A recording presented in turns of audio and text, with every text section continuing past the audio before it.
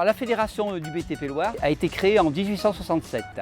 Aujourd'hui, c'est 10 000 salariés, c'est 760 entreprises ancrées sur le territoire ligérien. Elle a permis d'avoir un ancrage territorial et un maillage du territoire très renforcé au niveau de l'artisanat et des entreprises. Nous avons 10 000 salariés sur les 16 000 que compte la Loire dans le bâtiment. Donc notre fédération, c'est 17 personnes avec un pôle juridique, un pôle technique, un pôle service emploi, un pôle formation, plus un service paye. La maison du BTP, c'est vraiment une volonté très forte de regrouper les acteurs principaux du bâtiment. Et puis donc un gros projet aussi sur l'accueil des jeunes dans une partie des locaux. L'opération travaux va démarrer donc à l'automne. Eh bien, Monsieur Brosse, bonsoir. Je vous invite à me rejoindre sur le Centre Seine. Alors, vous êtes président donc BTP Loire. Justement, tout à l'heure, Monsieur Massé l'évoquait. Il y a des contraintes financières importantes. Est-ce que justement les communes poursuivent leurs investissements malgré ces contraintes financières ? Elles essayent tout au moins. Hein. Bon, on est conscient nous aussi que c'est compliqué actuellement avec le coût de l'énergie principalement qui les plombe. Hein. Mais nous, le mot d'ordre qu'on a, c'est ne relâchez pas l'investissement parce qu'on a besoin de votre activité, on a besoin de l'activité des communes et des maires. On veut des maires bâtisseurs. Parce que l'enjeu est fort quand même, parce que si la chaîne s'arrête, il y a tout un pan d'économie, il y a des artisans, il y a des entreprises qui vont souffrir, qui vont disparaître. Aujourd'hui, on se plaint qu'on a de plus en plus de difficultés de recrutement. On se plaint qu'on a de moins en moins d'artisans et d'entreprises qui répondent sur les appels d'offres. Pourquoi ? Parce qu'insensiblement, on a une population qui disparaît. Et je crois qu'un coup de frein brutal continuera d'accélérer donc ce phénomène-là. Nous aussi, on tient quand même à garder nos entreprises, nos adhérents. Et puis, je pense que les communes ont besoin aussi de leurs artisans pour faire vivre le tissu local, le tissu associatif, puisque donc, vous savez tous que je crois qu'il n'y a pas une commune de la Loire où on a un artisan ou quelqu'un du bâtiment qui est représenté.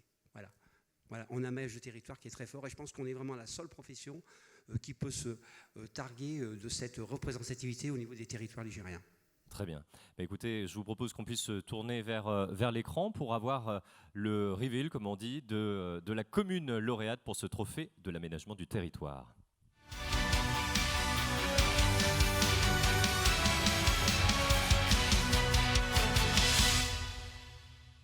Saint-Just-Saint-Rambert. Et il s'agit de la commune de Saint-Just-Saint-Rambert. Félicitations et on va inviter Olivier Joly, le maire, à nous rejoindre sur scène.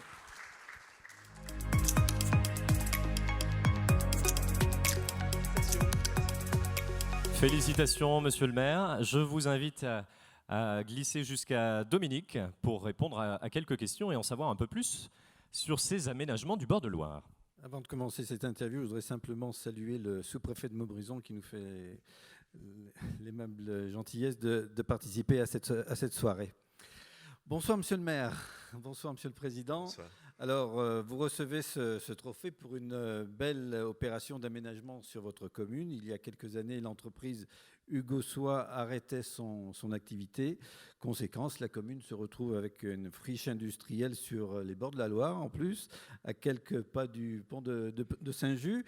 Alors, vous avez travaillé avec Epora pour résorber cette friche. La suite, on la connaît. Les bords de la Loire sont devenus un lieu de détente, de loisirs et de rencontres. Alors, comment est née cette idée d'aménagement de ces bords de Loire ? Ben écoutez, vous avez déjà tout dit. Vous avez tout résumé. J'ai bien résumé au moins. Oui, on a transformé un pépin en pépite. Un pépin parce que quand vous êtes élu maire en 2014, ce qui était mon cas, à la tête d'une équipe, parce que ça a été rappelé tout à l'heure par mon collègue d'Andrézieux, mais on ne fait rien seul. On parle des maires, mais on n'est rien sans nos adjoints, nos équipes autour, et il y en a un certain nombre dans la salle, et je souhaite vraiment les associer à cette idée de départ. Et l'idée, ça a été de se dire, cette friche bord de Loire, qu'est-ce qu'on en fait ? Epora a répondu à notre appel, a dépollué le site, déconstruit la friche industrielle, et on l'a rendue, entre guillemets, à la nature. On n'aurait jamais pu le faire sans ce partenariat avec Epora. Puis après, la deuxième chose, c'est de se dire, mais qu'est-ce qu'on fait de cet espace aussi ? Et on a voulu en faire un espace intergénérationnel. On a travaillé avec le conseil municipal des enfants pour mettre en place un espace, un skatepark. Et c'est eux qui ont proposé ce skatepark. Et puis on nous a dit, oui, mais il manque des choses pour les plus petits. Alors on a dit, on va faire des choses pour les plus petits, mais qu'est-ce qu'on va faire ? On a fait des jeux en bois qui s'intègrent dans l'espace.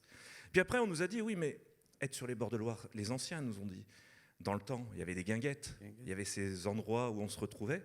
Et puis quand on emmène, ou quand on emmène nos enfants, ou quand on se promène sur le bord de Loire, bah, il serait sympa de pouvoir avoir un espace de détente, et on a rajouté une guinguette. Et on a fait, enfin pour moi, si on résume la situation, de transformer ce pépin en pépite, on en a fait un lieu intergénérationnel où tous les âges se réunissent en été. Intergénérationnel, familial, voilà, etc. Voilà. Et tout ça, ça peut être fait que grâce également à des artisans, à des entreprises du BTP. Donc c'est une fierté ce soir, double fierté d'avoir ce prix, et remis par le président du BTP Loire, parce que clairement, on peut avoir toutes les idées du monde quand on est élu. On peut avoir l'argent, éventuellement, qu'on nous amène par le biais de subventions.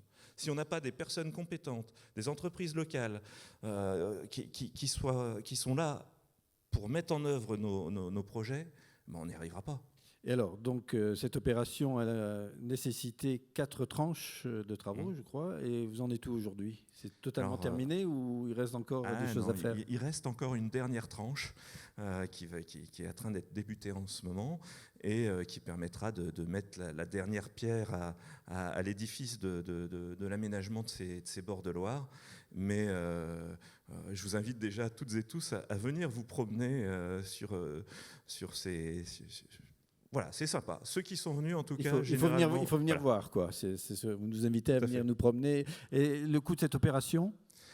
Aujourd'hui, tout compris entre la destruction du Gossois, les aménagements, on est autour de 3 millions d'euros quand même sur un projet comme celui-là. Avec des subventions, j'imagine. Alors, pas autant que ce qu'on aurait pu espérer, vous savez bien. Alors, je lançais un peu un appel. Mais on est bien accompagné sur d'autres choses. Vous savez, récemment, on recevait le congrès des maires à Saint-Just-Saint-Rambert. Un beau congrès d'ailleurs. Et on recevait le congrès dans un espace qui était une passoire énergétique complète. Hein. On avait 50 000 euros de dépenses rien que pour chauffer un gymnase, donc autant dire qu'on chauffait les tourterelles. Et là, pour le coup, c'est un projet où on a pu compter aussi bien sur l'État, sur le département, sur la région. Ils ne peuvent pas être présents sur tous les projets non plus. Mais s'ils changent d'avis, on ne sait jamais. On sait jamais. Monsieur Brosse, c'est un bon projet là, que vous avez primé? J'espère bien. Moi, la petite histoire, c'est que votre projet, je l'ai découvert il y a 1 an et demi avec le groupe Jeune. Alors, je suis un vieux, moi, puisque j'ai plus de 60 ans, donc Bienvenue au club. Voilà. La guinguette. Mais il n'empêche que j'ai fait les descentes avec le groupe Jeune de la Fédé. On a fait une descente en canoë, et quand je suis arrivé sur le site, j'étais scotché. J'étais scotché par la qualité, par tout ce que vous avez évoqué. Et puis, je crois qu'on est dans le vrai, parce qu'aujourd'hui, l'espace public, il faut absolument le qualifier, le valoriser. C'est avant tout aussi un projet TP, parce que n'oublions pas qu'on est BTP, et vous voyez que le TP peut apporter de belles choses, et la requalification de ces fonciers comme ça, de ces voiries qui sont dégradées, qui sont en mauvais état, ben fatalement, c'est du gagnant-gagnant, parce que vous fixez les gens, vous attirez l'activité, vous attirez aussi des habitants. Il y a vraiment aussi tout un phénomène culturel qui se développe. Donc, de toute façon, c'est vraiment la spirale, mais positive sur toute la ligne. Et je pense qu'après, il y a beaucoup de choses qui vont se déclencher, parce que quand on a une commune qui a des espaces qui sont bien traités, on a envie d'habiter, on a envie d'y aller, on a envie d'investir. Donc là, c'est la chaîne vertueuse qui s'est déclarée, quoi. Voilà. Et sur le plan démographique, monsieur le maire, vous n'avez pas trop de soucis, j'imagine. Il y a plus à plaindre. Il y a plus à plaindre, c'est bien ça. En tout cas, merci et bravo. Vous avez toujours le moral, monsieur Brosse? Oui. Je fais ce que je peux. Hein. Oui. Vous êtes un optimiste de toute façon. Merci et bravo pour ce trophée. Monsieur Joly, vous allez donc recevoir ce trophée. Voilà. Hop, je récupère le micro avant qu'il tombe. Bravo. Je vous invite à vous diriger du côté du photocall pour être immortalisé par notre photographe Rémi Perrin ce soir.